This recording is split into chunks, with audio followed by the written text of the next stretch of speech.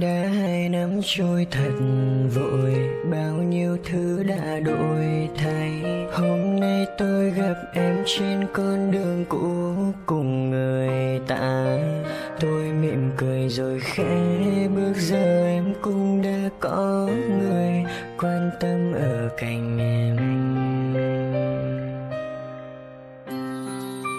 Tôi vẫn nhớ những ngày đầu, nhớ những lúc ở cạnh nhau, nhớ cả những nụ hôn em trao tôi thật bình yên.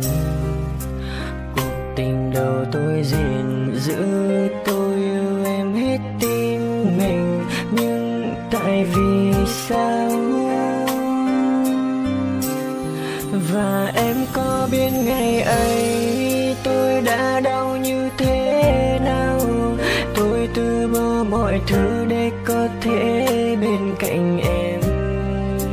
Em sẽ chẳng bao giờ tìm được ai yêu em như là anh. Em sẽ chẳng bao giờ tìm được ai yêu em như là anh.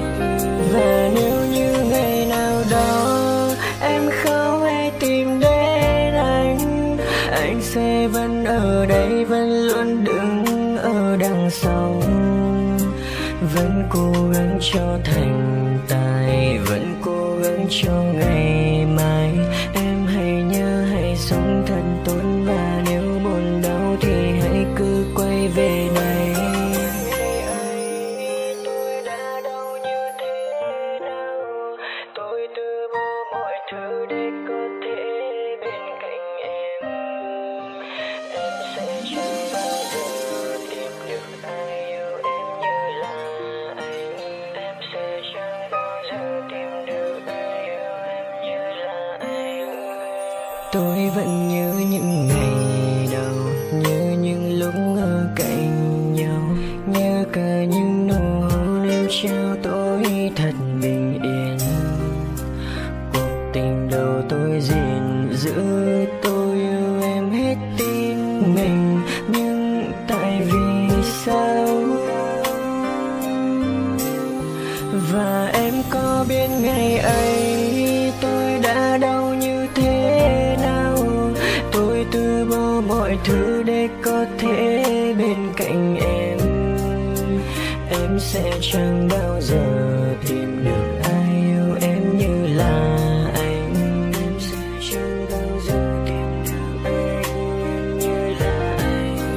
Và nếu như ngày nào đó em không hay tìm đến anh sẽ vẫn ở đây, vẫn luôn đứng ở đằng sau, vẫn cố gắng cho thành tài, vẫn cố gắng cho ngày mai.